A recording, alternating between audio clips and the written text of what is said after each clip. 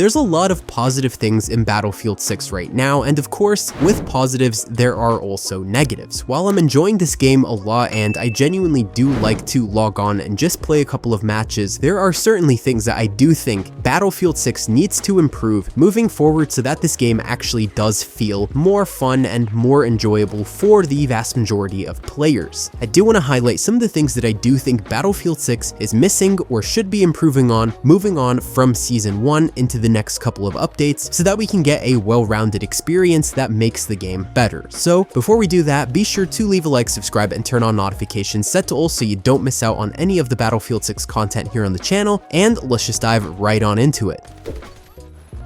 So one of the things that I read in the recent patch notes was that Battlefield 6 is going to be reworking some of the challenges. And this is definitely something that I think should be reworked very, very soon, because some of these challenges in this game are absolutely weird, ridiculous, kind of off the charts with how bizarre they can get and how complex they are. Because a lot of these challenges genuinely just don't make much sense in a standard public server. I mean, a lot of people were trying to do these sorts of exploits or go into portal servers where they could actually finish these challenges against bots, because the way it was working against regular players in a standard match was becoming very complex. Now, the problem that occurred was that DICE kind of nerfed the portal XP farms, so you can't really get that sort of XP from bot interactions like you used to, which is definitely something that is, in my opinion, kind of irritating, because one of the more marketed features of the new portal system was that you could actually play against these sorts of bots. And while I personally know myself, I wouldn't have played in those sorts of bot farming servers anyways, I don't think that an advertised feature should have been taken away. But anyways, DICE is going to be reworking these challenges in a new patch coming soon, but they're not really indicating when that patch is going to be. However, something that I do think should be removed in general from the base game in relation to the challenges is actually the RedSack challenges. So one of the things that I wanted to kind of talk about in this video as well is the fact that RedSack and Battlefield 6 are too integrated together in a way where they're impacting each other a little bit too much, and it's sort of reminding me of what Call of Duty did with Warzone. However, the problem that's happening in Battlefield 6 right now is the challenges are being impacted very directly by RedSack.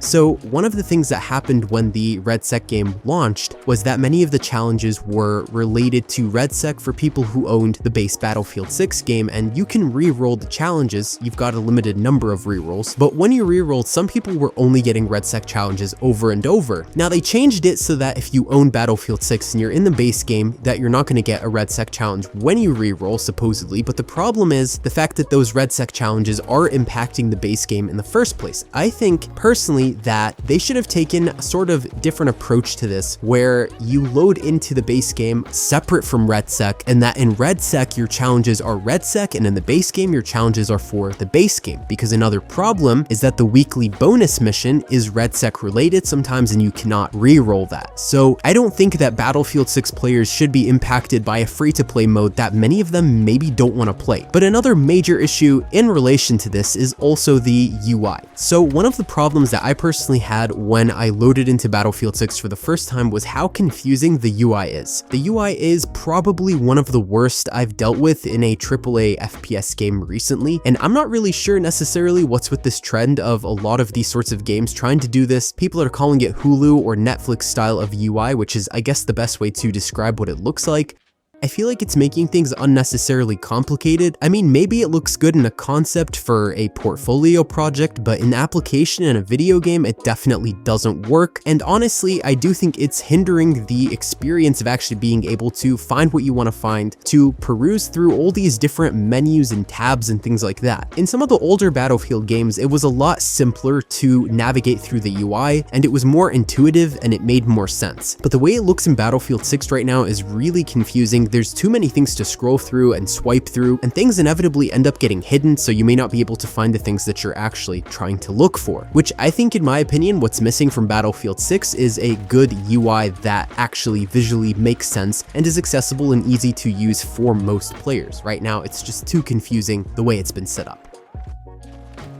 Another thing that I do feel is pretty missing right now from Battlefield 6 is a server browser, and I don't mean the way it's been implemented currently in the game. So if you go into the server browser right now, you're going to find portal things, but you're not going to be finding any official DICE servers. And I do think that the problem here is that there should be official DICE servers in a server browser, because something that's happening in Battlefield 6 is that there's no persistent lobbies. So when you play a game, your next game is not guaranteed to be with those same people. Occasionally you'll have some of the same players, but the problem that's happened in Battlefield 6 is that it prioritizes filling up lobbies as fast as possible, so it usually doesn't want to load you into a match that's already being played or is progressed along. It happens sometimes, but the way the game prioritizes matchmaking is not to do that. So what occurs for a lot of people in different regions, especially in South America, Asia, Europe, I've seen, are that at certain times of the day, people will not find lobbies with actual players in them, and even if they do get into a lobby with actual players, the next lobby is going to fill with a lot of bots. It's going to populate that server with bots. And even though there's a lot of people playing at the same time, and you can kind of see how many players are live sometimes, they're still facing this issue. So what a lot of players have asked for is an actual official server browser where they can pick a server and stay in that server the entire time. And I think that that would mitigate a lot of this issue, because what's going on right now is people are just playing against bots, which is not what you want to play a Battlefield game for. And unless you want to play Casual Breakthrough, which is an official multiplayer mode with bots, you shouldn't have to play with bots. And I know that there's going to be enough people online at any given time in this game to fill those lobbies up. So I think an official server browser is something that definitely is needed, not just a portal server browser. Something else that I feel needs to definitely be reworked is weapon progression. Right now, what I feel like is going on in Battlefield 6 is that it's just taking too long to unlock simple weapons that shouldn't take this long to unlock. And while we can make the argument that, well, this game is going to last, which is 100% true as of right now, the problem is with each season and each update, they're going to add new stuff. And so that's new weapons that you're going to have to work for and grind and unlock things for. There's going to be people that are kind of left behind and won't be able to use the weapons that they want to use while everybody else has fully maxed out weapons, because realistically, it kind of depends on how much time you have in a day to play this game. And so for those people, I do think that weapon progression does need to be reworked across the board, because you're going to have people who are just going to be consistently at disadvantages just because they weren't able to unlock a couple of attachments because it's just taking way too long, and you're not going to be able to unlock much after a match or two a day. I like that they've included Casual Breakthrough, which makes it easier because you're playing against bots, and so you can unlock things a little bit faster, but I do think that this just needs to be reworked in general and not just given a new game mode to mitigate the problem. I think if we just overall had a better weapon progression system, then it would just fix a lot of the issues right now with that system in the game. On top of this as well, I think netcode and hit registration has to be fixed. I've seen some clips, some crazy things online of people who are directly aiming at other players and their shots just do not land the mark in any capacity. I understand that this game has bloom and you're not supposed to just laser beam people, you have to tap fire, but I think sometimes the hit registration genuinely just doesn't work, and I'm not sure what's up with that, but I myself have experienced in games sometimes where I'm not really doing anything different, I'm tap firing, I'm aiming correctly, and still they somehow are able to get in shots out of me faster, despite the fact that I might even be around a corner or a wall or something like that. I just think there's something wrong with the hit registration. Sometimes the TTK feels very off. Sometimes it's too fast, other times it's too slow. And I think a lot of this does come down to issues with the netcode. And I think that they need to definitely rework this, because right now it is causing an issue in the game for a lot of players. That's not to say some people don't have genuine network problems, but I can assure you, I've played a lot of multiplayer games on my Wi-Fi. It's not my network that's the issue in these cases.